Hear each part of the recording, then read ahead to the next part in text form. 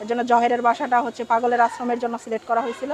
এর জন্য আজকে হচ্ছে এই পাগল যা ছিল আশ্রমের সব পাগল এখানে নিয়ে আসা হয়েছে আজকে।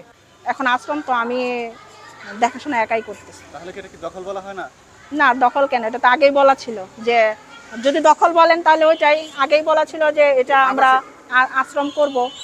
এখন আবাসিক এলাকা আগে আপাতত রাখি, যদি দেখি যে এখানে বেশি সমস্যা হচ্ছে তাহলে যারা একটু সুস্থ আছে ওদেরকে এখানে রাখবো, আর যারা বেশি পাগল তাদের হয়তো অন্য কোনো আওয়ামী লীগের বাসা যেগুলো সিলেক্ট করা হয়েছে হয়তো বিবেচনা করে যে কোনটায় রাখলে আশেপাশে মানুষের সমস্যা না হয়। না, কোনো ব্যক্তির বাড়ি দখল করতে পারি না, কিন্তু আওয়ামী লীগের বাড়ি দখল বলতে এটা হচ্ছে জনগণের কাজে, এখানে তারা আমার বিজনেস হচ্ছে না। মানে আমি যদি ব্যক্তিগত কোনো বিজনেস, কোনো কোম্পানি, কোনো ট্রেনিং সেন্টার করতাম তাহলে একটা কথা ছিল। এটা হচ্ছে সমাজের যত অসহায় গরিব মানুষ, যাদের পাগল টাগল এদের তো দেখার কেউ নাই।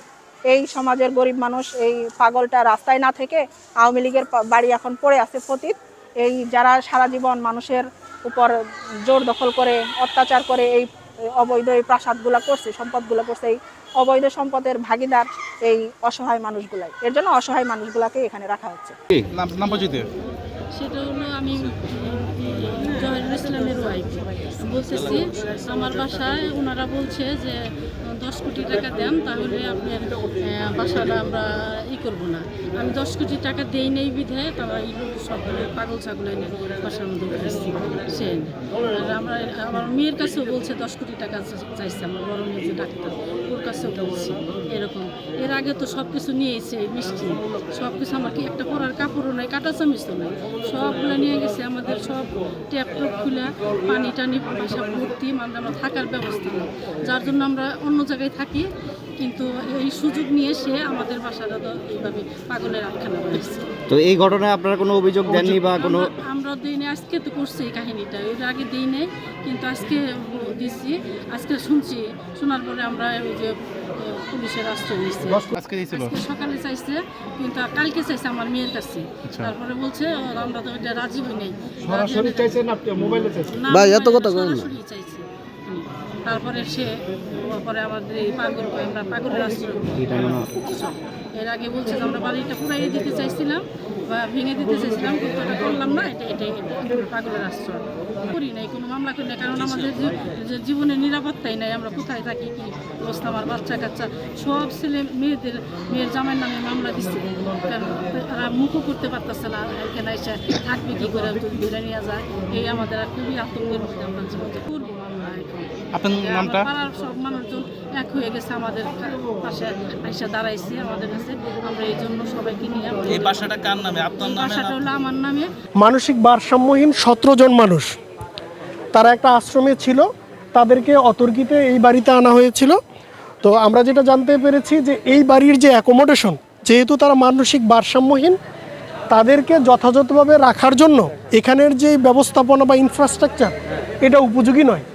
সেজন্য আমরা আমাদের যখনই এটা দৃষ্টিগোচর হয়েছে যে এই ছিন্নমূল বা ভবঘুরে মানুষজন যারা মানসিক ভারসাম্যহীন, তাদেরকে একটা অ্যাপ্রোপ্রিয়েট অ্যাকোমোডেশনের ব্যবস্থা করে দেওয়া দরকার।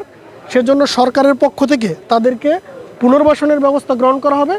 তার আগে আমরা প্রাথমিকভাবে সিদ্ধান্ত নিয়েছি তারা যেই আশ্রমে ছিল, যেহেতু বেশ কিছুদিন ছিল, ওইটা তাদের জন্য একটা কমফোর্টেবল জায়গা, এটা প্রমাণিত।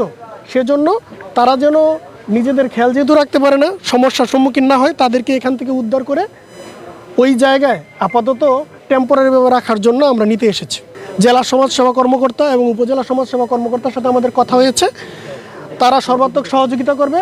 উইদিন শর্টেস্ট টাইম তাদের জন্য অ্যাপ্রোপ্রিয়েট পুনর্বাসন, যেটাকে যথোপযুক্ত পুনর্বাসন আমি বলবো, সেই জায়গায় নেওয়া হবে, যাতে করে তাদের আশ্রয়ের পাশাপাশি তারা যেন স্বাভাবিক জীবনে ফেরার জন্য সর্বোচ্চ সুযোগ সুবিধা পায়, সেটা নিশ্চিত করার চেষ্টা আমরা করব। আমরা যেটা জানতে পেরেছি যে এই আশ্রমের পরিচালনার দায়িত্বে ছিল মারিয়া মুকাদ্দাস মিষ্টি নামে একটি মেয়ে। তো ইতিপূর্বে মিডিয়া কর্মীদের বরাতেই বা আমরা দীর্ঘদিন ধরে টাঙ্গাইল সদরে কাজ করছি, আমরা জেনেছি যে বিভিন্ন সময়ে একটু লাইমলাইটে আসার জন্য সে বিভিন্ন রকমের কার্যক্রম গ্রহণ করেছে, যেটাতে আমরা অনেক সময় বিভিন্ন রকমের চ্যালেঞ্জ ফেস করেছি। তো সেটার অংশ হিসেবেই সে হয়তো এখানে এসেছিল। আমরা এখনো পর্যন্ত নির্দিষ্ট সোর্স থেকে যাচাই করতে পারি নাই। সংশ্লিষ্ট কর্তৃপক্ষ যারা দায়িত্ববান তারা তদন্ত করলে বের করতে পারবে যে আসলে মোটিভ কী ছিল। প্রাথমিকভাবে বলা হয়েছে যে যেহেতু ছাত্র সমন্বয়ক পরিচয়ে যারা রয়েছে, যারা জুলাই আন্দোলনের নেতৃত্ব দিয়েছে বা এখন একটা ফর্মাল তাদের সেট আপ কমিটি হয়েছে, সেই কমিটির দায়িত্বশীলরা সোশ্যাল মিডিয়াতে পোস্ট করে বলেছে যে দখল, চাঁদাবাজি বা যে বিভিন্ন সামাজিক যে অপরাধ আছে সেটার সাথে তাদের সংশ্লিষ্টতা নাই, এবং টাঙ্গাইল সদরে যদি বিশেষত কেউ এই ধরনের কাজে জড়িত হয় সেটার দায় তারা নিবে না এবং তাদের বিরুদ্ধে ব্যবস্থা নেওয়ার জন্য তারা আহ্বান জানিয়েছে।